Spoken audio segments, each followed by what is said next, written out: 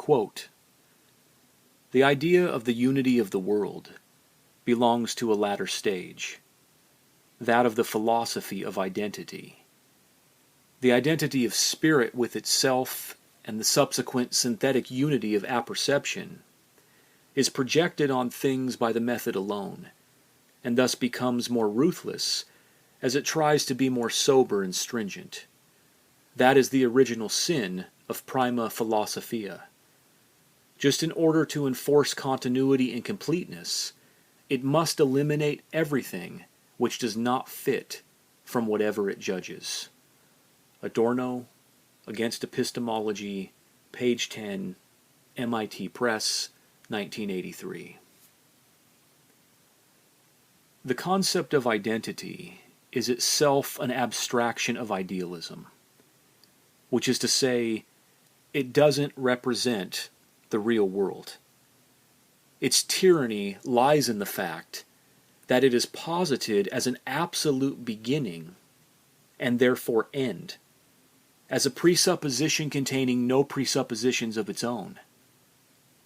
Identity, as ideal, is imposed on the world in such a way that it deceives the one who imposes it. To use this concept to understand the world can only end by distorting the world, and this is because, as Hegel so ingeniously noted, the presupposition which stands before identity is that of difference. The unity of the world is a myth, while the interconnection of things is not.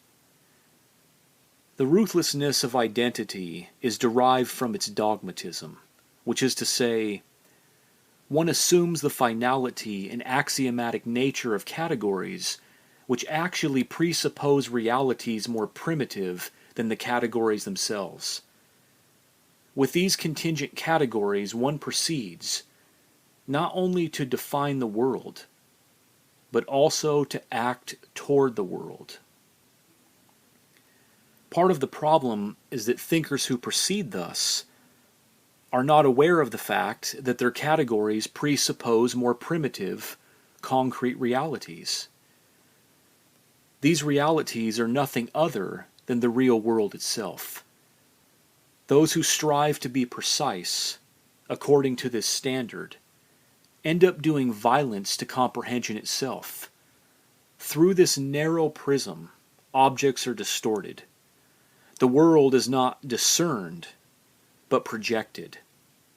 The thinker is seeking the coherence of a narrative that gives him comfort against the chaos of reality. Tragically, it matters not if this narrative is an accurate representation of reality. All that matters is that it offers a convincing linguistic structure against the frightful chaos of being.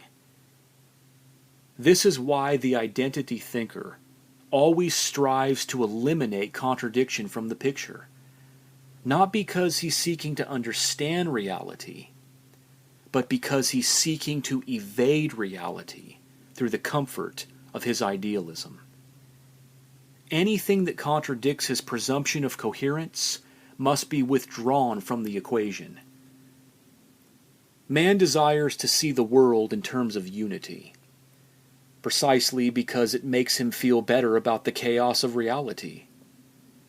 The method of identity is predetermined by the presuppositions which are mistaken for totality.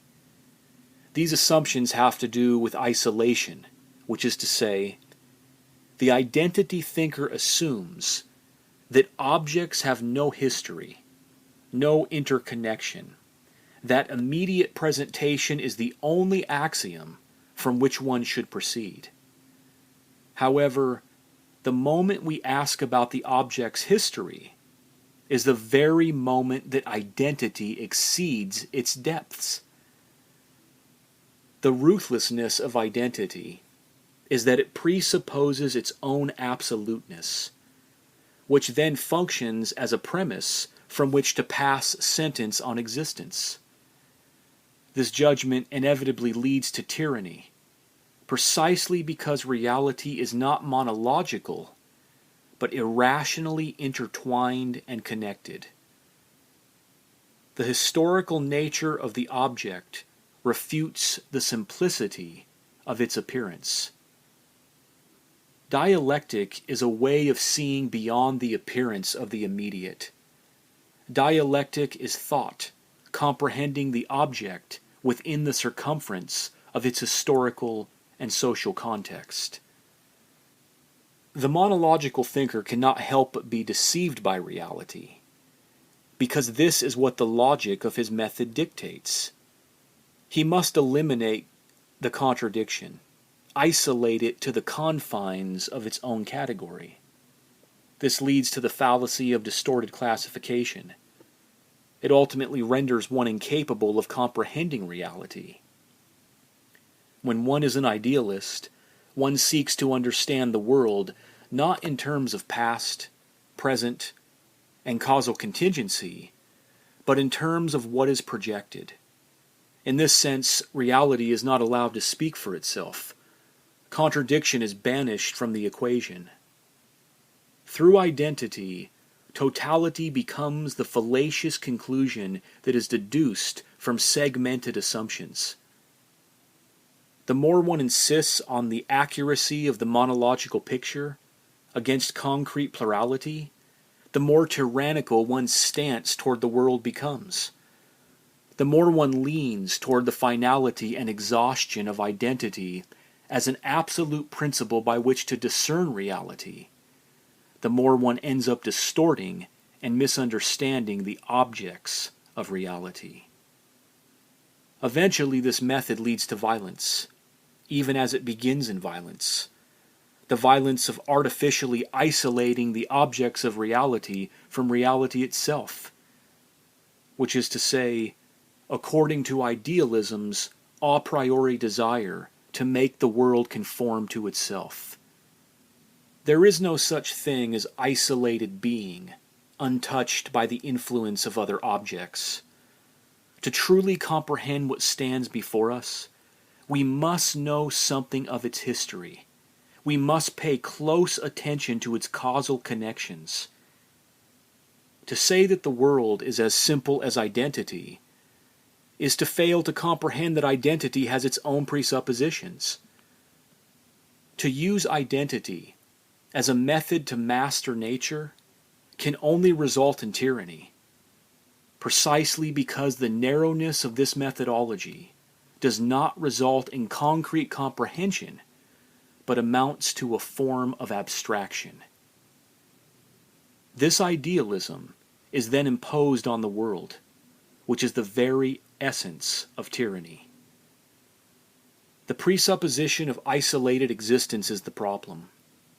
The shallowness of identity is the problem. In contrast, dialectic does not simply approach objects through a solitary lens. Instead, dialectic strives to comprehend the object through the totality of its history, through its interconnection and exposure to other objects.